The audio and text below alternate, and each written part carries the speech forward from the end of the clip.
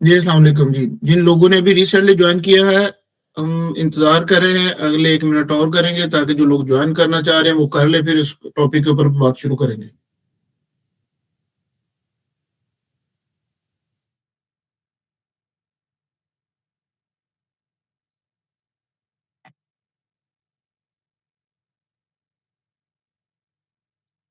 अच्छा जी, मैं इसको बिस्मिल्लाहिर्रहमानिर्रहीम। मेरा नाम है Naveed Aman and we are representing study in Cyprus in Pakistan. तो स्टडी इन साइप्रस जो है एक बहुत बड़ा पोर्टल है जो साइप्रस के तमाम यूनिवर्सिटीज कॉलेजेस में एडमिशन एप्लीकेशन प्रोसेस करने में हेल्प भी करता है, एज वेल एज गाइडेंस भी देता है, जिसके ऊपर सारी मटेरियल वेबसाइट के ऊपर ऑनलाइन पड़ा होता है। वहां से आप जो है कोई भी अपना टॉपिक हो उसके बारे में इंफॉर्मेशन ले सकते हैं। पार्टिकुलरली कोर्स सर्च एक बड़ा यूनिक फीचर है जो किसी भी और जो है ऐसा यूनिक पोर्टल नहीं है जो स्पेसिफिकली साइप्रस में इंटरेस्टेड स्टूडेंट्स को सपोर्ट कर सके। तो ये एक स्पेसिफिक पोर्टल है जो कि साइप्रस के लिए ही डिजाइन हुआ है। और इसमें वो लोग जो स्पेशली साइप्रस यूरोप साइप्रस में इंटरेस्टेड है उनके लिए तमाम तरह इंफॉर्मेशन अवेलेबल होती हैं। तो मैं आपको ये भी बता दूं कि ये इवेंट जो है रिकॉर्ड हो रहा है और ये लाइव भी है। अगर किसी को इसके रिकॉर्डिंग पे या लाइव पे एतराज है तो ही और she can leave the event. और इवेंट में ये होगा कि मैं अपनी इंफॉर्मेशन दूंगा, जो मैंने एक अपना सब्जेक्ट पैटर्न डिजाइन डिजाइन किया हुआ है। आफ्टर दैट जो है आप लोगों का आंसर क्वेश्चन सेशन ओपन होगा और आंसर क्वेश्चन जो है वो हर पार्टिसिपेंट कोशिश करे कि वो लाजमी अपने जो है वो क्वेश्चंस पूछे। जितना आप जो है वो क्वेश्चंस आप पूछेंगे उतने ही आपके मजीद कॉन्सेप्ट्स क्लियर होंगे। और समटाइम ऐसा होता है कि कुछ ऐसे क्वेश्चंस होते हैं जो एक पार्टिसिपेंट के माइंड में ही नहीं होते, जब वो पॉसिबल प्रॉब्लम उसके साथ भी होता है। कोई दूसरा पार्टिसिपेंट वही क्वेश्चन पूछता है और आपका वहां से कॉन्सेप्ट क्लियर हो सकता है। तो जो दूसरे लोगों के भी क्वेश्चन आंसर सेशंस हैं, आप उन्हें भी ध्यान से सुनिएगा ताकि जो है आप अपने टॉपिक के ऊपर ज्यादा से ज्यादा इसको यूजफुल कर सके और आप अपना जो स्टडी इन साइप्रस का एक आपका ड्रीम है आप उसको फ्लेक्सिबली जो है सक्सेसफुली और फ्लेक्सिबली उसको प्रोसीड कर सके। ठीक है। टॉपिक जो है वो टुडे हमारा टॉपिक है जनाब study in Cyprus new visa policy.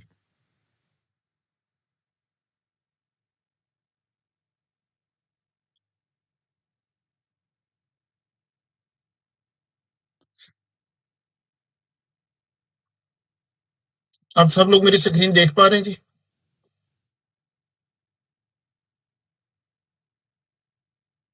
Yes sir, yes sir. Okay perfect. तो अभी जो है वो जनाब, sorry, study in Cyprus new visa policy for Pakistani students, ये हमारा आज का टॉपिक है। ठीक है।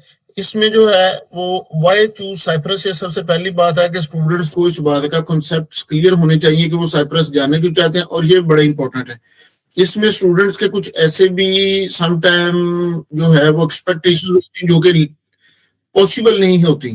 तो उन चीजों को भी जो है वो स्टूडेंट को मिसगाइड किया जाता है। उन चीजों को भी आप लोग जो है ध्यान में रखेंगे। आप ऐसे क्वेश्चंस भी पूछेंगे जो आपके एक्सपेक्टेशन हो, वेदर वो लीगल है इलीगल है जो भी है। उसमें गवर्नमेंट ऑफ साइप्रस या कोई भी गवर्नमेंट जो है वो स्टूडेंट्स को मल्टीपल रूट्स प्रोवाइड करती है कि वो अपने आप को लीगली कैसे सेटल करेंगे और कैसे जो है वो वहां पे जो वर्क अपॉर्चुनिटीज को अवेल कर सकते हैं। After that post study work पे कैसे जाएंगे, सारी लीगल ऑप्शंस अवेलेबल होती।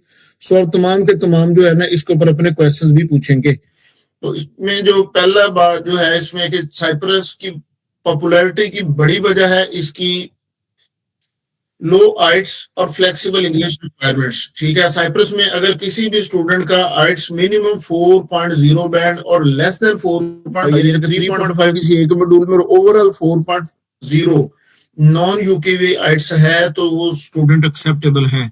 हाँ, उसने मास्टर डिग्री के लिए जाना है या बैचलर डिग्री के लिए जाना है। यहाँ पे मैं दोहरा देता हूँ कि नॉन यूकेवीआई, यूकेवीआई कोई भी आइट्स साइप्रस में नहीं चलता। अगर किसी के पास सेल्ट पीटी है या आइट्स यूकेवीआई है एकेडमिक तो वो नहीं चलेगा। आपके पास आर्ट्स एकेडमिक और पीटीई जो है एकेडमिक ही होगा, या पासवर्ड स्किल्स टेस्ट, ये 3 टेस्ट जो है वो एक्सेप्टेबल है। टोफल है उसका प्रॉब्लम है क्योंकि टोफल स्टूडेंट्स के रिजल्ट देने के कुछ महीनों बाद रिजल्ट विड्रॉ कर देता है। ऐसी सूरत में आपका जो है वो इंग्लिश सर्टिफिकेट जो नल एंड वाइड कंसिडर होता है और उसको एक फ्रॉडुलेंट डॉक्यूमेंट कंसिडर करते हुए आपका कोई भी university college tuition fees refund नहीं करेगी। तो आप ऐसे टेस्टों में मत पड़े कि जो बाद में आपको परेशानी का बायस बने। इसलिए आप जो भी टेस्ट चूज करें वो केयरफुली इसको चूज करें। और 4.0 बैंड के ऊपर भी स्टूडेंट एनरोल हो सकता है। मास्टर डिग्री में जाएगा तो भी फाउंडेशन प्लस मास्टर होगा, और बैचलर डिग्री में जाना चाहेगा तो बैचलर फाउंडेशन प्लस बैचलर रहेगा। ट्यूशन फीस जो है साइप्रस में वेरी अफोर्डेबल है। इसमें 4,850 जो है वो ट्यूशन फीस शुरू होगी, और इसकी जो मैक्सिमम फीसेज हैं वो तकरीबन जो है 11,000 यूरो तक एवरेज जो है वो मैक्सिमम फीस है नॉन क्लिनिकल सब्जेक्ट्स की। क्लिनिकल सब्जेक्ट्स की फीस है वो 18,000 टू 25,000 यूरोज है, बट ये नॉन क्लिनिकल सब्जेक्ट्स की फीस एवरेज है ना बिलो जो है 11,000 आपको फीसेस मिल जाएंगी। इसमें बड़ी यूनिवर्सिटी जो है जिसमें यूनिवर्सिटी ऑफ निकोसिया है उसकी फीस ज्यादा है, जो बाकी कुछ यूनिवर्सिटीज उनकी फीस कम भी है। और लो लिविंग कॉस्ट है, एवरेज स्टूडेंट को 300 से 400 यूरो जो है वो बड़े अच्छे लिविंग स्टैंडर्ड के साथ ही मैनेज कर सकता है, 300 to 400 euros. But some time जो है वो स्टूडेंट कुछ कॉम्प्रोमाइज कर लेते हैं कि वो जना दो की या रूम स्पेस इनफ होता है, वो दो की बजाय अगर 3 लोग उसी रूम को शेयर कर लेंगे तो इट मींस कि वो उनको रेवेन्यू जो है वो उसकी कॉस्ट जो है रेंटल वो डिवाइड हो जाएगी। इसी तरह जो है वो कुछ लोग टेक वेज में जॉब स्टार्ट कर लेते हैं, ये उनको मिल जाती है क्योंकि बहुत सारे लोग कुलिनरी आर्ट्स या हॉस्पिटैलिटी मैनेजमेंट के कोर्सेज में जा रहे होते हैं, तो वहां पे या कुछ डिलीवरीज में भी ऐसी ऑप्शंस अवेलेबल होती हैं कि वहां पे बच्चों का फूड की एक्सपेंस भी माइनस हो जाती है या ऑलमोस्ट काफी हद तक कम हो जाते हैं। तो ऐसी सूरत में आपको जो लिविंग एक्सपेंसेस हैं वो 300-400 से भी काफी रिड्यूस हो सकते हैं। It depends on your course and your job. UK degrees available है राइट नाउ। जो है यूके की वीजा रिफ्यूजल बहुत हाई है, और उसकी वजह से बहुत सारे लोगों को लॉस भी हुआ। कई मान लोगों ने जो वो फंड जो है अपने बैंक्स में स्ट्रक करके रखे, उसके लिए उनको जो अपना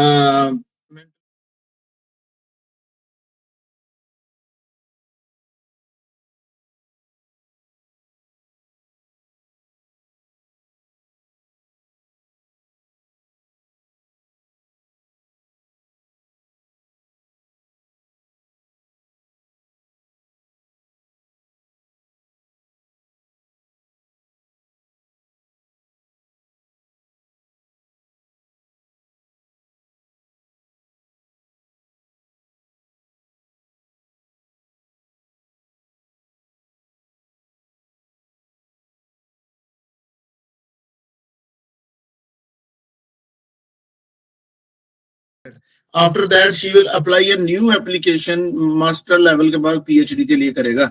सो क्रेडिट ट्रांसफर के लिए आइडियल केस डिप्लोमा और बैचलर डिग्री के जो केसेस हैं वो आइडियल होते हैं। Credit transfer student can transfer his or her credits in UK, Canada, Australia, Europe, New Zealand, कहीं भी वो अपने यूएसए कहीं भी अपने क्रेडिट ट्रांसफर कर सकता है। ये कोई इसमें बहुत ज्यादा कम्प्लेक्स प्रोसेस नहीं है, बल्कि जो है इसमें सिर्फ आपको ये बात ध्यान में रखनी कि जिस भी कंट्री के लिए कोई भी स्टूडेंट अप्लाई करेगा वो उस कंट्री की entry requirements, admission entry requirements as well as visa requirements उनको मेंटेन करना, मीट करना उसकी लायबिलिटी होगी। जिस कंट्री में एडमिशन के लिए अगर बैंक स्टेटमेंट चाहिए तो बैंक स्टेटमेंट देगा, अगर वहां पे कोई जनाब ब्लॉक अकाउंट खुलवा रहे हैं तो ब्लॉक अकाउंट खुलवाएगा। Visa formalities as per their law, जो भी उस कंट्री का लॉ होगा उसके मुताबिक पूरी करेगा, देन एप्लीकेंट जो है वो उसका वीजा प्रोसेस कर सकेगा। इट इज पॉसिबल, ये याद रखिए, ये बड़ा ही इसमें आसान काम है। लोग इसमें बड़े परेशान होते हैं पता नहीं कैसे क्रेडिट ट्रांसफर होंगे। इसकी एक जो है ना वो भी रिसेंटली पाकिस्तान में बहुत सारे लोगों ने जो है वो डिप्लोमा यहाँ पे बहुत सारे इंस्टीट्यूट सब ऑफर करते हैं लेवल 4 एंड 5 का। लेवल 4 एंड 5 के डिप्लोमा के बाद जो है यूके के डिग्री है लेवल 4 एंड 5, यानी कि बैचलर जो है वो सेकंड ईयर और थर्ड ईयर की इक्विवेलेंट आ जाती है। तो स्टूडेंट जो है वो लेवल 6 में डायरेक्ट अप्लाई कर देते हैं। तो इसी तरह अगर आप साइप्रस से भी जो है वो बैचलर डिग्री के कुछ ईयर्स कंप्लीट कर लेंगे तो आपको नेक्स्ट ईयर में एनरोलमेंट लेने में कोई प्रॉब्लम नहीं होगा। आपको सिर्फ यूनिवर्सिटी की एंट्री रिक्वायरमेंट्स और वीजा के लिए वीजा रिक्वायरमेंट्स पूरी करनी जरूरी है। गैप एक्सेप्टेड होता है इसमें, अप टू 20 ईयर्स भी अगर किसी का गैप है तो वो भी एक्सेप्टेबल है, बट एप्लीकेंट जो है वो बताएगा कि इस दौरान वो गैप में करता क्या रहा है। वीजा रेशो बहुत हाई है साइप्रस में क्योंकि कोई इंटरव्यू नहीं होता, ना एम्बेसी का इंटरव्यू या यूनिवर्सिटी कॉलेज का इंटरव्यू होता है। इसका वीजा रेशो जो है इसलिए इसमें रिफ्यूजल के चांसेस नहीं होते अनटिल अनलेस स्टूडेंट को फेक डॉक्यूमेंट्स प्रोवाइड ना करे, ठीक है। और इसका जो है नेक्स्ट पैटर्नर जो है यूनिवर्सिटीज और कॉलेजेस, हमारे जो है स्टडी इन साइप्रस के पोर्टल के ऊपर साइप्रस के तमाम कॉलेजेस और यूनिवर्सिटीज अवेलेबल हैं। कुछ पॉपुलर यूनिवर्सिटीज और कॉलेजेस का मैंने यहाँ पे जिक्र भी किया हुआ है। इनमें से आप किसी भी इंस्टीट्यूट में एडमिशन लेना चाहें तो welcome, you can contact our team and we will help you guys. और इसमें जो है एक कासा हाई स्कूल, सबसे एंड में मैंने नाम लिखा है Casa High School, that is very much important and unique course option.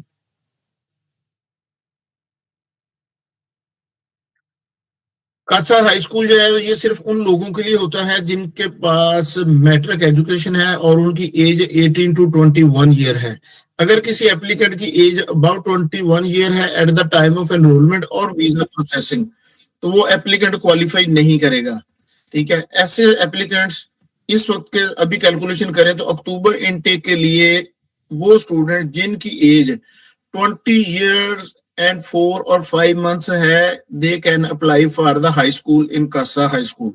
But जिनकी एज इस वक्त 20 years and 7 months और 8 months है, उनको लगता है कि वो लेस देन 21 ईयर है, but they will not qualify, क्योंकि अक्टूबर इनटेक है, अक्टूबर तक जो है 21 ईयर से वो अबव हो जाएंगे तो डिस्क्वालीफाई कर जाएंगे। तो आप जब अप्लाई करें तो इन बातों को आप जरूर जहन में रखा करें कि आप जब अप्लाई कर रहे हैं आप वेदर इंट्री रिक्वायरमेंट मीट करें या नहीं कर रहे। और ये जो कासा हाई स्कूल का कोर्स है ये मैट्रिक वाले बच्चों के लिए बड़ी यूनिक ऑप्शन है कि after 1 year of high school, इसमें 1 year में भी आप कंप्लीट कर सकते हैं, 2 years में भी कर सकते हैं। ये आपने क्रेडिट्स कंप्लीट करने हैं 1 to 2 years, नॉर्मली ये 1.5 year में कंप्लीट हो जाता है high school. After that high school student direct bachelor degree के लिए भी क्वालिफाई कर जाता है, और एज वेल एज वो अगर उसे पोस्ट स्टडी वर्क परमिट मिल जाए तो जॉब भी कर सकता है, और इसी की बेस के ऊपर जो है वो नेक्स्ट बैचलर डिग्री में यूके, कनाडा, ऑस्ट्रेलिया, यूएसए, कहीं भी यूरोप में वो बैचलर डिग्री में डायरेक्ट एडमिशन भी ले सकता है एप्लीकेंट।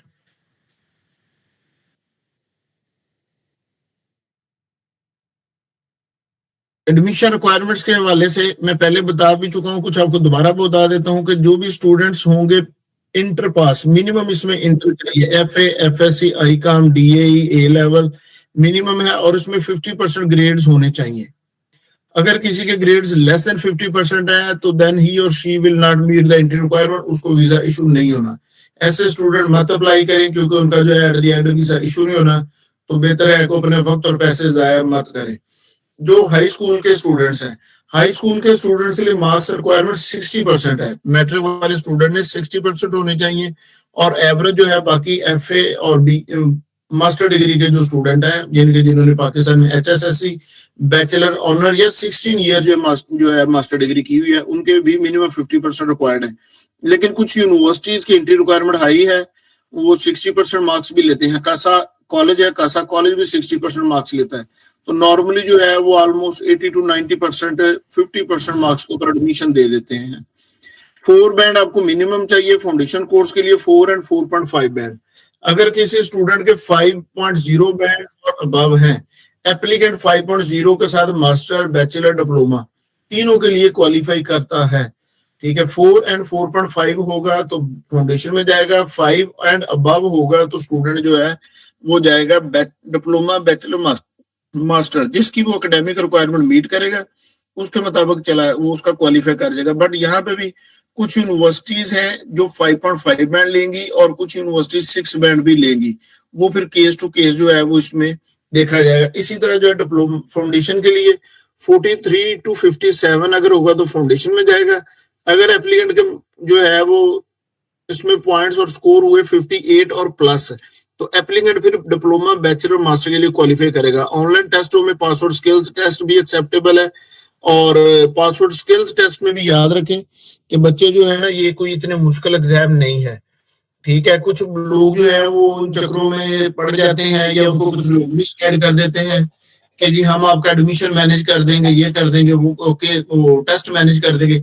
ऐसी सूरत में आप अपना खुद केस खराब कर रहे होते हैं। ठीक है, आप बड़े आराम से इसकी तैयारी करें। तैयारी के लिए अगर आपका कोई सोर्स नहीं है तो आप हमारे जो है पाकिस्तान में रिप्रेजेंटेटिव्स हैं, आप उनसे राब्ते में रहें और वो आपको इसकी प्रिपरेशन करवा देंगे। प्रिपरेशन करें, 2 वीक लगे, 4 वीक लगे, टेस्ट कंपैरेटिव, और हर उस बंदे के लिए कोई मुश्किल काम नहीं है जिसने मिनिमम 50% के साथ एफए, एफएससी, आईकॉम किया होता है। तो आप थोड़ी सी स्ट्रगल करें, अपने आप को जो है फ्रॉडुलेंट एक्टिविटी से दूर रखें और पॉजिटिवली प्रोग्रेस करने के लिए स्ट्रगल करें। फाइनेंशियल ओवरव्यू आपको बता देता हूँ जी। ट्यूशन फीस जो है वो 4,850 से 11,000 के ब्रैकेट में। बैंक स्टेटमेंट पाकिस्तानी स्टूडेंट्स के लिए 2.5 मिलियन की 25 लाख रुपए की बैंक स्टेटमेंट चाहिए, जबकि वैसे इंटरनेशनल लॉ के मुताबिक 7,000 यूरो है, लेकिन पाकिस्तान के लिए 2.5 मिलियन चाहिए। एप्लीकेशन फीस नॉर्मली साइप्रस में नहीं होती, बट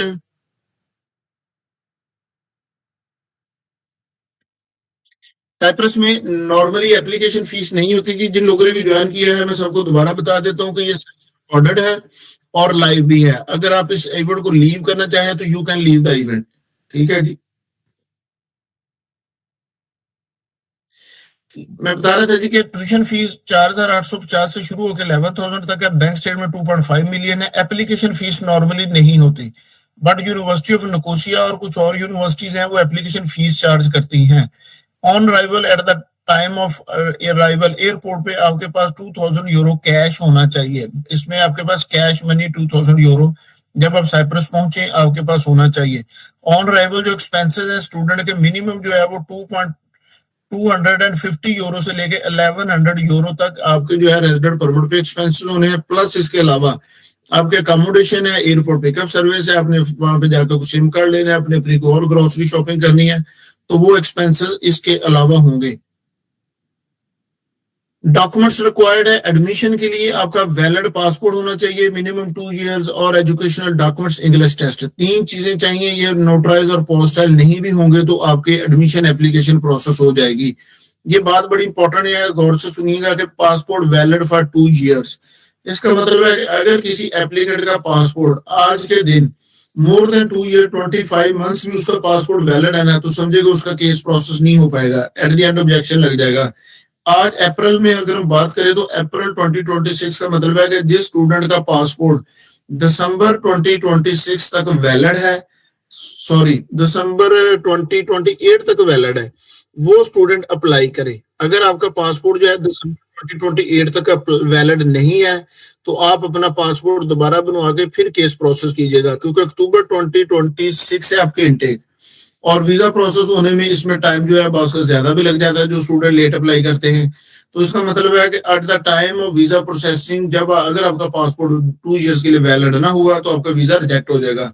इस आपको जो है इसके अलावा जब आपने एंट्री परमिट प्रोसेस करना है तो आपको यही डॉक्यूमेंट चाहिए, उनको अपने पोस्टाइल करवाना है, पुलिस क्लियरेंस सर्टिफिकेट, मेडिकल और बैंक स्टेटमेंट, जो मैं ऑलरेडी बता चुका हूँ कि 2.5 मिलियन की bank statement, account maintenance certificate, ये भी आपने मुफ्त पोस्टाइल करवाना होता है। समटाइम कुछ स्टूडेंट्स का प्रॉब्लम होता है कि पुलिस क्लियरेंस सर्टिफिकेट के ऊपर कोई क्रिमिनल रिकॉर्ड आ रहा होता है, तो ऐसे स्टूडेंट मत अप्लाई करें अनटिल अनलेस उस क्रिमिनल रिकॉर्ड के ऊपर वो किसी कोर्ट ऑफ लॉ से जजमेंट ना ले लें कि दे आर इनोसेंट और वहां से को क्विट हो चुके हैं।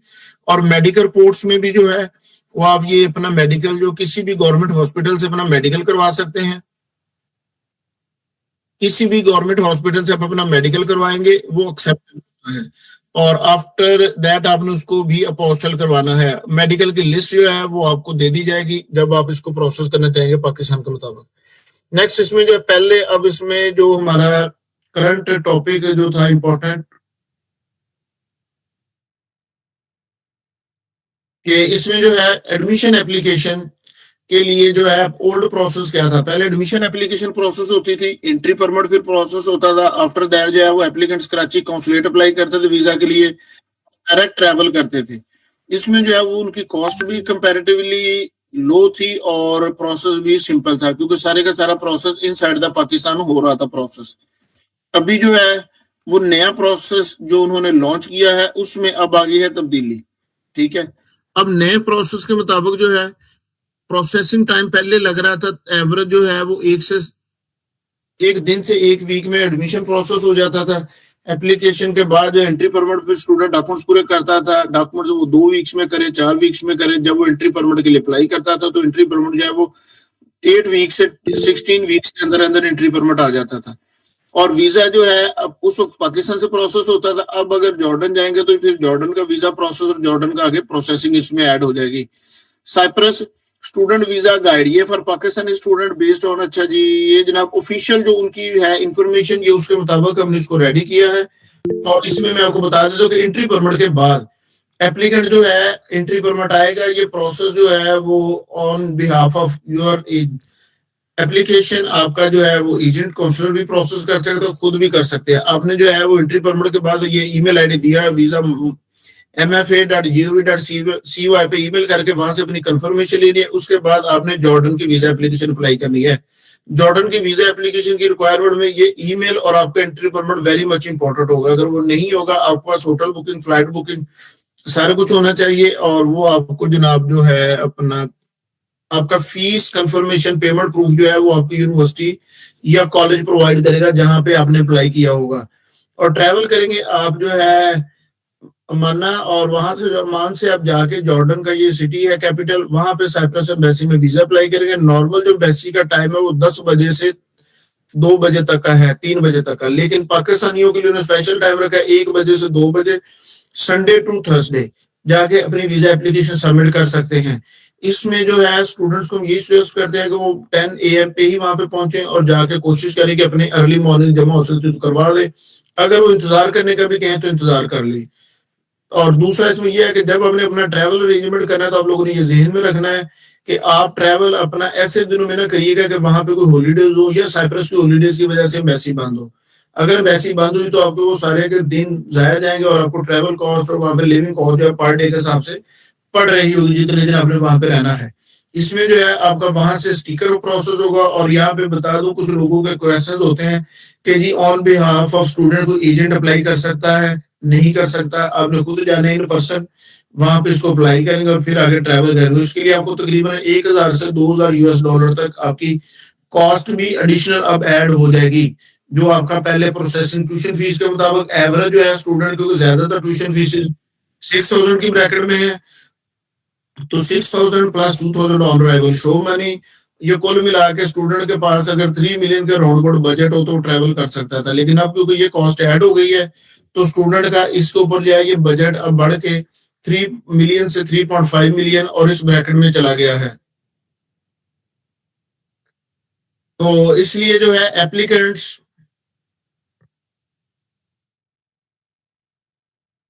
अच्छा जी, इसमें जो है अब अल्टरनेटिव जो रूट है वो ये है कि आप जनाब अपने कोई भी एप्लीकेशन प्रोसेस करना चाहें तो आप उसके लिए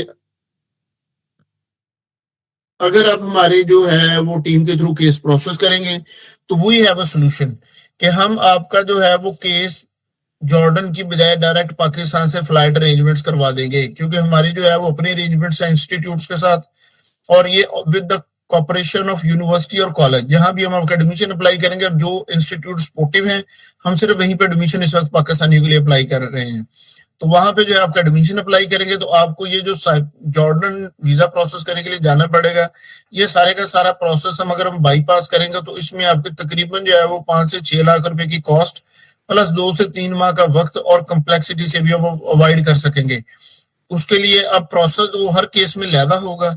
वो कैसे प्रोसेस चलना है हर स्टूडेंट का मुख्तलिफ होगा, इंस्टीट्यूट मुख्तलिफ होगा, उसके वक्त के मुताबिक उसके ऊपर जो भी उसके कॉस्ट आएगी या जो भी एक्सपेंसेस होंगे वो भी मुख्तलिफ होंगे। तो ये सारे के सारे जो प्रोसेस होगा और होगा as per law, legally provisions available हैं। बट इसमें कुछ लोगों को पता नहीं होता और कुछ लोग जो है वो इंस्टीट्यूट सपोर्ट नहीं कर रहे होते, ठीक है, क्योंकि इंस्टीट्यूट की भी लहदा पॉलिसी होती है।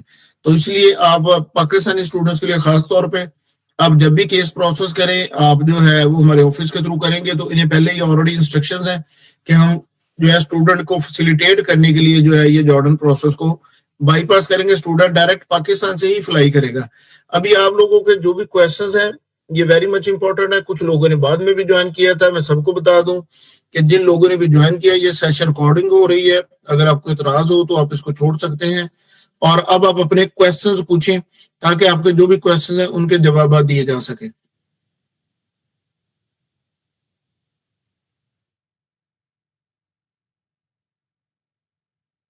जी please, any question about the topic. जिन लोगों ने बाद में ज्वाइन किया है अगर उनके जहन में कोई क्वेश्चन है तो वो भी पूछ सकते हैं। जैसा कि मैं ये पहले भी बता चुका हूँ, फिर दोहरा देता हूँ कि आइट्स जो है वो साइप्रस में यूकेवीए नहीं चलेगा। एकेडमिक आइट्स होगा या एकेडमिक पीटी होगा। जिन लोगों के पास आइट्स यूकेवीए एकेडमिक और पीटी सेल्ट होगा उनका केस प्रोसेस नहीं हो पाएगा, उन्हें दोबारा करना पड़ेगा, ठीक है, तो ये आप लोग ध्यान में रखें इन बातों को, और वैलिडिटीज भी मैंने बता दी है। Any question? जी, जिन्होंने अभी ज्वाइन किया है जी, मैं बता देता हूँ कि हम ऑलमोस्ट सेशन जो है वो एंड कर चुके हैं, और अगर आपका कोई क्वेश्चन है तो वो आप अपना क्वेश्चन पूछ सकते हैं। अस्सलाम वालेकुम सर। वालेकुम सलाम। जी सर, कैसे हैं आप? ठीक है जी, मैं ठीक हूँ।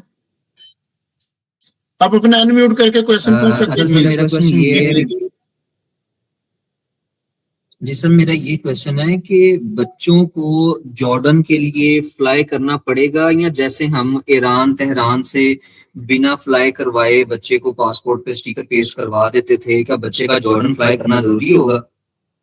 जी, मैं यही बता के हटा हूँ, नहीं जरूरी है, मगर उसके लिए कुछ कंडीशंस हैं, कुछ इंस्टीट्यूट की सपोर्ट है और लीगल प्रोसेस है। ये बिल्कुल जरूरी नहीं है, बच्चे पाकिस्तान से भी फ्लाई कर सकते हैं। ठीक है, तो सर उसका एक्सपेंस वगैरह क्या होगा? सर वो मैं ऑलरेडी बता चुका हूँ, शायद आप मेरे बात सुन नहीं रहे थे। मैंने यही कहा है कि देखिए, वो हर केस के लिए, हर यूनिवर्सिटी कॉलेज के लिए डिफरेंट प्रोसेस होगा। जब आपका केस उस लेवल पे पहुंचेगा, उस वक्त के मुताबिक जो सोल्यूशन होगा वो हमारी टीम आपको प्रोवाइड कर देगी। एडवांस कोई प्रेडिक्शन और कोई बात नहीं है, क्योंकि कानून है, कभी भी तब्दील हो सकता है, कुछ भी तब्दीलियां इसमें पॉसिबल है। लेकिन जॉर्डन जाना में सोल्यूशन मौजूद है, लेकिन आप जब केस प्रोसेस होगा उस लेवल पे पहुंचेंगे तब फैसले करेंगे। जी ठीक है। अच्छा सर, इसमें टाइम प्रोसेस कितना लगेगा? अगर जॉर्डन में बच्चा खुद फ्लाई नहीं करता तो उसके स्टिकर पेस्टिंग में टाइम कितना लगेगा? सर उसका कोई टाइम नहीं लगेगा, बच्चा बस रेडी टू फ्लाई और फीस जमा करे तो ट्रेवल कर देगा within 1 week. Okay. Jordan की एम्बेसी सर कितना टाइम लेगी? अगर जॉर्डन एम्बेसी का रूट अडॉप्ट करेंगे तो सबसे पहले तो आपको जॉर्डन का वीजा पाकिस्तान से लगवाना पड़ेगा ना।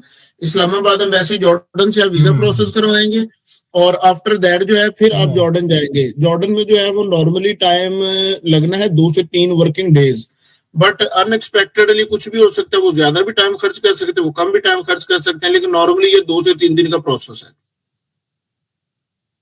जॉर्डन का। पाकिस्तान में वैसे है, और सर आपने जैसे 4 हफ्ते के लिए, ये 2 3 हफ्ते ये नॉर्मली पाकिस्तान से जॉर्डन का वीजा प्रोसेस करने में भी टाइम लग जाएगा। और जब स्टूडेंट यहाँ से जॉर्डन के लिए फ्लाई करेगा, असूली तौर पे ये बनता है कि स्टूडेंट पाकिस्तान, जॉर्डन और साइप्रस। लेकिन जब स्टूडेंट पाकिस्तान से फ्लाई करने लगेगा जॉर्डन का, यहाँ पे उसे FIA इमिग्रेशन अथॉरिटीज रोक लेंगी, क्योंकि उस वक्त स्टूडेंट के पास होगा विजिट वीजा, और विजिट वीजा पे 2 वे टिकट वो मांगेंगे। जब 2 वे टिकट मांगेंगे तो यहाँ पे प्रॉब्लम बनेगा। अब स्टूडेंट को ये जस्टिफाई करना है कि वो जनाब कैसे पाकिस्तान से जॉर्डन, जॉर्डन से साइप्रस जाएगा या 2 वे टिकट जाएगा। ये उस वक्त की बात है। वो स्टूडेंट जो इस रूट को अडॉप्ट करेगा वो फिर हम उसको वक्त के मुताबिक गाइड कर देंगे। बेहतर हो गया। और सर जैसे आपने अभी एक और चीज बड़ी अच्छी नोट करवाई है कि पासपोर्ट 2 साल तक वैलिड होना चाहिए। जी जी सर, ये स्पेसिफिक यूनिवर्सिटी या कॉलेज के लिए ही है, ये ओवरऑल इमिग्रेशन ने रूल चेंज कर दिया? ये रूल हमेशा से ही है। अगर किसी को पहले इल्म नहीं था तो दैट इज अनदर स्टोरी। ये रूल हमेशा से ही है कि अभी, और ये कैलकुलेशन आपने करनी है अपने वीजा प्रोसेसिंग के हवाले से। अगर आपका वीजा प्रोसेस ही अक्टूबर नवंबर में होना है तो आप अपने पासपोर्ट की वैलिडिटी अक्टूबर नवंबर से 2 ईयर नेक्स्ट गिनेंगे। ठीक है, अभी अगर आप आज के दिन से चेक करेंगे, किसी का पासपोर्ट जो है वो जून 2028 तक वैलिड है, उसको लग रहा है कि मेरा 2 ईयर से ज्यादा वैलिड है, बट वो इनवैलिड हो जाएगा जब उसका वीजा प्रोसेस होना है। तो ऐसे एप्लीकेंट्स जिनका पासपोर्ट जो है वो मिनिमम जो है 30 मंथ्स वैलिड हो, वो प्रोसेस करे, वरना अपना पासपोर्ट बना के फिर प्रोसेस करे। जी बेहतर हो गया सर, ठीक हो गया। जी ठीक है, थैंक यू सर, बहुत शुक्रिया। जी ठीक जी। नेक्स्ट क्वेश्चन जी, आप प्लीज जो है अनम्यूट करके भी पूछ सकते हैं। ये कमेंट्स में भी क्वेश्चन आ रहे जी। मगर बजट 2.5 मिलियन है, इसमें एडजस्ट हो सकता है? यस, इसमें एडजस्ट हो सकता है, बट इसमें ये होगा कि फिर आपको जो है ना पार्शियल फीस ऑन अराइवल कुछ मैनेज करना पड़ेगा, क्योंकि समटाइम ऐसा होता है कि स्टूडेंट के पास अगर बजट थोड़ा यहाँ पे कम हो, वो तकरीबन 4,000 5,000 डिपॉजिट यहाँ से करवाएं, और डिपॉजिट करवाने के बाद जो है बाकी उनके पास 2,000 यूरो कैश होते हैं, जिसमें से 800 यूरो उन्होंने डेफिनेटली अपने बैंक अकाउंट में डिपॉजिट करके रेजिडेंट परमिट अप्लाई करना होता है। और 1000 यूरो का उनके पास बजट होता है जो जाके ऑन अराइवल अपने उसी 2000 में से वो जमा करवा सकते हैं।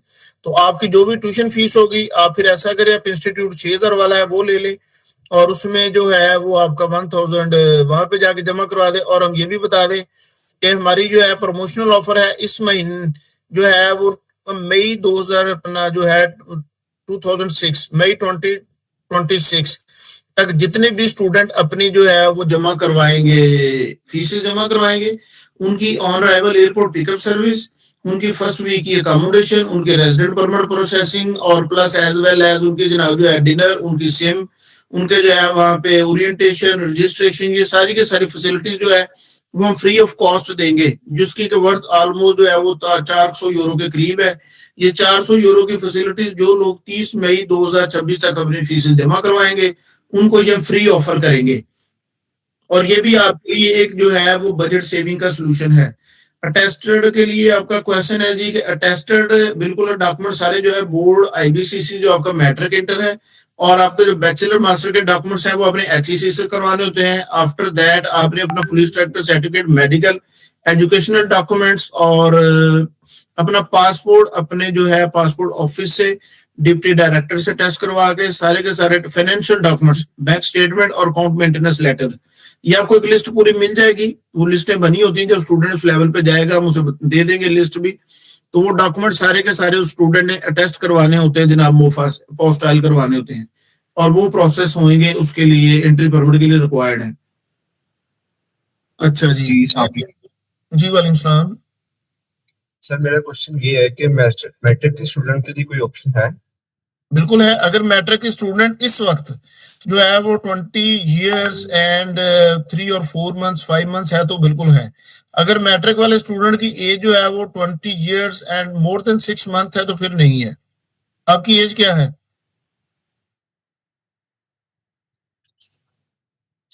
जी सर, मैं साकिब बात कर रहा हूँ। अच्छा जी जी, आपकी जो है साकिब, अगर आपकी जो है वो age 21 year at the time of enrolment होनी चाहिए, 60% मार्क्स होने चाहिए और मैट्रिक के लिए ये भी बता दूं कि कोई इंग्लिश टेस्ट नहीं चाहिए होता है। और मैट्रिक की अच्छी बात ये है कि जो स्टूडेंट ने यहाँ पे बहुत अच्छा रूट में आपको बता देता हूँ एक प्रपोजिशन कि अगर किसी स्टूडेंट यहाँ पे मैट्रिक किया हुआ है, मैट्रिक वाला स्टूडेंट अगर पाकिस्तान में बैरिस्टर बनना चाहे तो उसको ये सफर जो 2 साल का वो करेगा इंटर, उसके बाद 5 साल का करेगा एलएलबी, फिर जीडीएल करेगा और फिर जाके वो बीपीसी का एग्जाम या एसक्यू का एग्जाम देके बैरिस्टर सोलिसिटर बनेगा। यानी कि 2 + 5 7 और अगले 2 साल लगाएगा और 9 हो गए और बीपीसी के एग्जाम्स में भी साल लग जाएगा। 10 साल बाद जो है वो एप्लीकेंट जो है, ये 9 साल वाला जो पहला सफर है ना, वो मैट्रिक वाले स्टूडेंट के पास ऑप्शन है कि वो कासा हाई स्कूल में एडमिशन ले, वो 1.5 year में अपना हाई स्कूल कंप्लीट करे। संडरलैंड कॉलेज में संडरलैंड यूनिवर्सिटी यूके का लेडरा कॉलेज में एलएलबी ऑफर हो रहा है साइप्रस में, निकोसिया में। वहीं पे बच्चा जो है अपने बैचलर डिग्री एलएलबी के 2 years कंप्लीट करे, फाइनल ईयर वो संडरलैंड यूनिवर्सिटी यूके से करे और वहीं पे उसको जो है डायरेक्ट बीपीसी के एग्जाम दे। और ये जो सफर उसका 9 साल वाला है ना, वो सफर स्टूडेंट जो है वो 4 साल में कंप्लीट कर लेगा, 4 से 5 साल में। यानी कि स्टूडेंट अपनी जिंदगी के कीमती 4 साल भी बचा लेगा और बैरिस्टर बन जाएगा और एज वेल एज वो 4 साल का जो उसने एक्सपेंसेस करे वो भी सेव कर लेगा। पाकिस्तान में भी अगर बात करें तो एवरेज जो है बच्चों के लिविंग एक्सपेंसेस और प्लस ट्यूशन कॉस्ट अगर अच्छी यूनिवर्सिटी में पढ़े तो वो भी 2000 से 3000 यूरो या डॉलर में पड़ जाती है, क्योंकि यूनिवर्सिटीज की फीस जो है वो अच्छी यूनिवर्सिटीज है उनकी फीसेज ऑलमोस्ट जो है वो 1000 यूरो एंड अबव की ब्रैकेट में इस वक्त चल रही है एनुअल। जी नेक्स्ट क्वेश्चन जी, age required for eligibility criteria. Yes, इसमें जो है सिर्फ मैट्रिक के लिए एज कंडीशन है, बैचलर मास्टर डिप्लोमा के लिए कोई एज कंडीशन नहीं है। आपके मार्क्स 50% होने चाहिए और आपके पास मिनिमम 4.0 बैंड का नॉन यूके आइट्स होना चाहिए। आपका जो है वो केस प्रोसेस हो जाएगा। जी एनी मोर क्वेश्चन? अस्सलाम वालेकुम। जी वालेकुम सलाम। अच्छा सर, ये मैंने पूछना था ना कि इंटरमीडिएट के बाद अगर किसी बंदे का 65% मार्क्स हो इंटरमीडिएट में तो वो डिप्लोमा बेस पे अप्लाई कर सकता है साइप्रस में? जी बिल्कुल कर सकता है। और ये जो डिप्लोमाज है यहाँ पे आपने बड़ा अच्छा एक पॉइंट हाईलाइट कर दिया। मैं आपको बता दूं कि आप लोग जब भी कोर्स चूज करें, अच्छा कोर्स चूज करें। ये जो सारे के सारे लोग जो है ना वो बिजनेस मैनेजमेंट, बिजनेस एडमिनिस्ट्रेशन के कोर्सेज में करी जा रहे हैं, इनका स्कोप नहीं होता। आप जब कोर्स चूज करें, हम्म। अच्छा कोर्स चूज करें। अच्छे कोर्स से मुराद है कि अब लेडरा कॉलेज में कोर्सेज हैं कुलिनरी आर्ट्स का, और उसके अलावा ऑटोमोटिव इंजीनियरिंग का, और कुछ और भी नए कोर्सेज, वेल्डिंग टेक्नीशियन का, और कुछ और नए कोर्सेज भी इंट्रोड्यूस हो जाएंगे सून। आप ऐसे टेक्निकल कोर्सेज में अप्लाई करेंगे तो फायदा सबसे पहला ये है कि इन टेक्निकल कोर्सेज के बाद आपको पोस्ट स्टडी वर्क परमिट मिलने के चांसेस बहुत हाई हैं। ठीक है, सबसे पहला और क्विक फायदा ये होगा कि आपको after completion of degree Cyprus में ही पोस्ट स्टडी वर्क परमिट मिलने का चांसेस बहुत हाई है। यानी कि आपको बैचलर डिग्री भी नहीं की, आपने डिप्लोमा कर लिया, और डिप्लोमे के बाद 2 साल के बाद ही आप जो है वर्क परमिट पे जाने के चांसेस कंपैरेटिवली हाई होंगे उस बच्चे के जिसने 3 साल या 4 साल में वहां पे बिजनेस में बैचलर डिग्री कंप्लीट की है। This is very much important point, ये याद रखें काउंसलर्स भी और स्टूडेंट्स भी, कि क्लाइंट का जो है वो स्टूडेंट के एडमिशन एप्लीकेशन अच्छे कोर्स में अप्लाई करे जिसमें उनका कैरियर आसानी से बन जाए। एक जो रूटीन है यहाँ पे बनी होती है, बहुत सारे काउंसलर्स भी और स्टूडेंट भी बस चलो चलो चलो चलो वाला उस चक्कर में रहेंगे तो कोर्स अच्छा नहीं चूज करेंगे, तो आपको उसके लिए खाम का 2 साल की एक्स्ट्रा कॉस्ट पे करनी पड़ेगी। आप 2 साल यूनिवर्सिटी भी जाएंगे, आपको फुल टाइम वर्क भी अलाउ नहीं होगा, और आपको 2 सालों की ट्यूशन फीस भी देनी पड़ेगी, लिविंग एक्सपेंस। अगर आप डिप्लोमा ले लेंगे, अच्छा आफ्टर 2 इयर्स ही आप एलिजिबल हो जाएंगे कि आप जनाब post study work permit job आपको ऑफर हो सकती है, क्योंकि साइप्रस में पोस्ट स्टडी वर्क परमिट नहीं होता। अगर आप अच्छे डिप्लोमे में हैं तो आपको किसी भी कंपनी से जॉब मिलने के काफी हाई चांस है, नंबर 1। नंबर 2, दूसरा ये होता है कि इस डिप्लोमे के बाद आप अगर बैचलर डिग्री के एग्जाम्पशन क्लेम करें जनाब यूके में, कनाडा में, ऑस्ट्रेलिया में, यूएसए में, तो आपको इसके एग्जाम्पशन भी मिलनी है, क्योंकि यूएसए में जैसे एसोसिएट डिग्री होती है तो ये एसोसिएट डिग्री के इक्विवेलेंट ही कंसीडर होगा। और आपको जब टेक्निकल डिग्रीज में अप्लाई करेंगे तो टेक्नोलॉजी के कोर्सेज में यूएसए दुनिया सबसे बड़ी जो है वो मार्केट है। यूएसए के बहुत सारे इंस्टीट्यूट टेक्नोलॉजी के कोर्सेज करवाते हैं, तो आपका वहां पे प्रोग्रेशन और एडमिशन होने के चांसेस टेक्नोलॉजी के कोर्सेज में जो है वो ज्यादा ब्राइट होते हैं एज कंपेयर टू मैनेजमेंट के और बिजनेस के कोर्सेज के, क्योंकि दुनिया भर में सबसे ज्यादा जो है वो एप्लीकेंट्स मैनेजमेंट और बिजनेस के कोर्सेज में अप्लाई कर रहे होते हैं, क्योंकि इन कोर्सेज की पास करना कंपैरेटिवली आसान होता है। दूसरे कोर्सेज को पास करना थोड़ा मुश्किल होता है, क्योंकि उसमें थोड़ा एडिशनल वर्क करना पड़ता है, बट उनका जो अल्टीमेट रूट है वो बहुत ज्यादा उसका जो है ना बेनिफिशियल होता है। जी नेक्स्ट कोई क्वेश्चन प्लीज। जी सर, मैंने ये पूछना था ना कि जो अभी जैसे कि साइप्रस के लिए जो डॉक्यूमेंट्स भेजते हैं ना, ओरिजिनल डॉक्यूमेंट्स कॉलेज को, तो अगर कोई बंदा मतलब जैसे मैंने अभी एक कंसल्टेंट से बात की थी, उसने बोला कि ब्लू पेपर के लिए आपको ओरिजिनल डॉक्यूमेंट भेजने पड़ेंगे अपोस्टाइल, तो कॉपी भी भेज सकते हैं, फोटो कॉपीज जो ओरिजिनल जी हाँ। भेजने पड़ेंगे? जी जी, ये जो भी कह रहे हैं ओरिजिनल डॉक्यूमेंट भेजने हैं वो गलत कह रहा है। ये ओरिजिनल डॉक्यूमेंट सब जाते नहीं है, ठीक है। आपने अपने जो है मैट्रिक और इंटर या आपके जो बैचलर डिग्री मास्टर डिग्री का एजुकेशन डॉक्यूमेंट्स उनकी कलर कॉपीज करवा के उनको पोस्टल करवा के भेजना है। आपके जो एजुकेशनल डॉक्यूमेंट्स हैं वो आपने कॉपीज ही भेजनी है। बाकी आपके पासपोर्ट की जो है वो भी कलर कॉपी जाएगी, और आपका पुलिस करेक्टर सर्टिफिकेट, मेडिकल और फाइनेंशियल डॉक्यूमेंट्स, ये 3 डॉक्यूमेंट्स वो हैं जो होने ही 1 टाइम यूज हैं, और ये आफ्टर फ्यू मंथ्स एक्सपायर भी हो जाएंगे। तो ये डॉक्यूमेंट्स आपने ओरिजिनल ही भेजने होते हैं। आपका जो इंपॉर्टेंट डॉक्यूमेंट है पासपोर्ट, आपका matric, inter, bachelor, master educational documents की आपने कलर कॉपियां ही भेजनी है। अगर आप 2 भेजेंगे तो आप गलत करेंगे। जी एनी मोर क्वेश्चन प्लीज। जी thank you very much to all of you guys. अभी जो है वो चैट में हमारे जो है वो काउंसलर्स आप लोगों से पहले भी राब्ते में होंगे। नंबर जो है वो जी चैट में कोई भेज दे अपना, ताकि आपसे ना लोग राब्ता कर लें। आपका कोई भी इंक्वायरी हो तो आप हमारे ऑफिस का नंबर पाकिस्तान में 0304 111 8781 मैं भी चैट में लिख देता हूँ, और हमारे काउंसलर्स अपने, ये हमारा है यूनिवर्सल नंबर। कोई काउंसलर साहिबान अपना नंबर भी यहाँ पे दे दें ताकि कोई राब्ता करना चाहे उससे डायरेक्ट कर ले। अस्सलाम वालेकुम सर। जी वालेकुम सलाम, कैसे हो सर? ठीक ठाक। मैं ठीक हूँ सर ये था कि मैंने बीएस पाकिस्तान में मोस्टली बीएस 4 ईयर का होता है ना? जी जी हेलो सर। जी मैं सुन रहा हूँ। पाकिस्तान में मोस्टली बीएस 4 ईयर का 4 ईयर का होता है। 2 ईयर अभी कंप्लीट हो गया है, बाकी 2 ईयर जो नेक्स्ट 2 ईयर है ना, वो मैं कह रहा हूँ कि वो साइप्रस में फॉरवर्ड करे वहां पर ये बाकी जो 2 ईयर वो कंप्लीट करूं, तो इसका ये पॉसिबल है? बिल्कुल नहीं पॉसिबल। ये भी बात मैं यहाँ पे बता दूं कि जिन लोगों ने 2 इयर्स का बैचलर डिग्री की होती है या एडीपी किया होता है, एडीए किया होता है, ऐसे लोगों का वो यहाँ पे कंसिडरेबल नहीं होता। आपका अब एफए की बेस के ऊपर एडमिशन होना है, जो आपने लास्ट एफए, एफएससी, आई काम, डीए जो कुछ भी किया हुआ है उसकी बेस के ऊपर आपका एडमिशन होना है। तो ये जो 14 ईयर एजुकेशन कंसिडरेबल नहीं है, या आपकी 16 ईयर एजुकेशन हो या आपकी 12 ईयर एजुकेशन हो। जो दरमियान वाले एसोसिएट डिग्री है ना, ये साइप्रस में एक्सेप्टेबल नहीं होती, ना इसकी कोई क्रेडिट एग्जाम्पशन मिलनी है। यहाँ पे मैं एक और बात हाईलाइट कर दूं आपके या शायद किसी और के काम आए, कि कुछ लोगों के पास जो है ना वो इंटरनेशनल क्वालिफिकेशंस होती हैं पाकिस्तान में लेवल 4-5 की, जो कि यूके में एक्सेप्टेबल है फॉर बैचलर डिग्री के फाइनल ईयर के लिए, या टॉप अप जिसको कहते हैं। मगर जिन लोगों के पास जनाब ये डिग्रीज हैं और उनके पास अगर तो अटेस्टेशन है इसकी, हाँ उन्होंने जीडी किया हो, ए लेवल किया हो, या जनाब जो है अभी क्वालिफाई भी करवा रही है, वो भी इक्वलेंसी दे रहा है आईबीसीसी, उसकी भी कोई भी आपके पास डिग्री होगी जिसकी आपको आईबीसीसी से इक्वलेंस मिलेगी, वो आपकी इंटर की हद तक एक्सेप्ट होगी। और जो आपकी इंटर से ऊपर वाले लेवल 5, 4 और 5 के डिप्लोमाज हैं वो एक्सेप्टेबल नहीं होंगे। अगर आपके पास लेवल 6 का डिप्लोमा है या लेवल 6 की बैचलर डिग्री पाकिस्तान से, अगर उस बैचलर डिग्री को एचईसी टेस्ट करेगी, उसको इक्वलेंस देगी, मोफा टेस्ट करेगा, तो देन आपका केस प्रोसेस होना है। ये मैं बात दोहरा देता हूं कि जितनी भी इंटरनेशनल क्वालिफिकेशन लोग पाकिस्तान में कर रहे हैं, पहली तो बात है कि वो इंटर या बैचलर तक एक्सेप्ट होगी। ये दरमियान वाले लेवल 4-5 है, जैसे भी इनकी एक प्रपोजिशन है कि 2 इयर्स कंप्लीट किया हो, ये दरमियान वाली एजुकेशन कोई एक्सेप्टेबल नहीं है। या आप लेवल 3 होगा या लेवल 6 होगा पाकिस्तान में, जिसको एफए, एफएससी कहते हैं, या बैचलर डिग्री कंप्लीट कहते हैं, बीएसएम, एमए।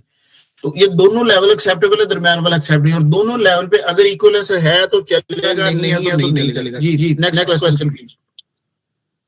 सर ये ओनली साइप्रस में पॉसिबल नहीं है, या कनाडा हो गया या इटली, कोई और कंट्री उसमें पॉसिबल है? ये जो एजुकेशन सिस्टम है ना, ये बेसिकली यूएस और कनाडा का है, ठीक है।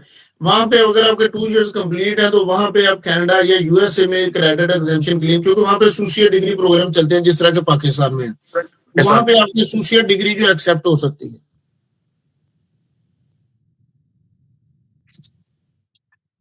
जी नेक्स्ट क्वेश्चन प्लीज। अच्छा सर, ये मैंने पूछना था ना कि मतलब ये जैसे कि अभी मेरा आइल्स का प्रिपरेशन चल रहा है और मेरा भी जो है ना 26-27 मई को मेरा जो एग्जाम है आइल्स का, तो उसके बाद लाइक एडमिशन से लेकर फ्लाई तक कितना ओवरऑल इस पे ड्यूरेशन, लाइक टाइम कितना लगेगा ओवरऑल? देखिए जो लोग जल्दी अप्लाई कर देंगे ना, इसमें एंट्री परमिट के लिए सबसे ज्यादा वक्त खर्च होता है, ठीक है। जिन लोग एंट्री परमिट की लास्ट डेट अक्टूबर इनटेक आएगी, तकरीबन जो है वो 2nd वीक ऑफ सितंबर। जो लोग सितंबर में जाके 2nd वीक 1st वीक में अप्लाई करेंगे या अगस्त के लास्ट वीक में एंट्री परमिट अप्लाई करेंगे, उनका एंट्री परमिट प्रोसेस होने में लगेंगे 3 से 4 माह का टाइम। यानी कि अगस्त सितंबर का 3 से 4 माह का मतलब है कि आपका केस कंक्लूड होगा जाके जनवरी में ऑलमोस्ट, ठीक है। और जो लोग थोड़ा अर्ली अप्लाई कर देंगे, अगस्त 1st वीक में कर देंगे, तो ऐसे लोगों का जो केस है वो उसमें तकरीबन 2-2.5 माह का टाइम फर्क पड़ जाएगा। ऐसे लोगों का केस पॉसिबल होता है कि अक्टूबर नवंबर में कंक्लूड हो जाएगा। तो इट डिपेंड्स ऑन कि आपने अप्लाई कब किया है। आप जितनी जल्दी अप्लाई करेंगे उतनी जल्दी आपका केस कंप्लीट होगा। जैसे कि अभी मैं अप्रैल के स्टार्ट में करूं तो लाइक जी, आप अगर आप अप्रैल के स्टार्ट में करेंगे तो आप अक्टूबर नवंबर में ट्रेवल कर सकते हैं। और यहाँ पे मैं आप लोगों को ये भी बात बता दूं कि आप जो है वो अपना एडमिशन, अपने डॉक्यूमेंट्स जो है वो काउंसलर्स की जो है वो इंस्ट्रक्शंस के मुताबिक उसको मैनेज करें, क्योंकि इन डॉक्यूमेंट्स की एक्सपायरी भी होती है। आपका जो है मेडिकल वो 90 डेज या 120 डेज के लिए वैलिड होता है, तो अभी आप उस डॉक्यूमेंट को अटैच करवा के रख लेंगे। आपका एंट्री परमिट प्रोसेस होगा अक्टूबर में या नवंबर में। अगर आपका डॉक्यूमेंट तब तक एक्सपायर होगा तो आपको फिर दोबारा बनाना पड़ेगा। तो इसलिए आप अपने काउंसलर से कोऑर्डिनेशन करके डॉक्यूमेंट्स अटेस्टेशन केयरफुली करवाएं प्लीज। जी thank you very much all of you guys. आप लोगों ने पार्टिसिपेट किया, बहुत शुक्रिया। मजीद आपको नंबर जो है वो चैट में शेयर कर दिए गए हैं, वहां से नंबर कॉपी कर ले। आप लोगों का कोई भी क्वेश्चन है, आप जो है पाकिस्तान में हमारी जो टीम है उनसे राब्ते में रहे, वो आपको गाइड करते रहेंगे। डॉक्यूमेंट्स के हवाले से, वीजा प्रोसेस के हवाले से, जो कि वेरी मच इंपॉर्टेंट है इस वक्त, आपकी जो टाइम भी बचाएगा और आपकी कॉस्ट भी जो है वो तकरीबन 1000 से 2000 US डॉलर की बचाएगा। Thank you very much to all of you, bye.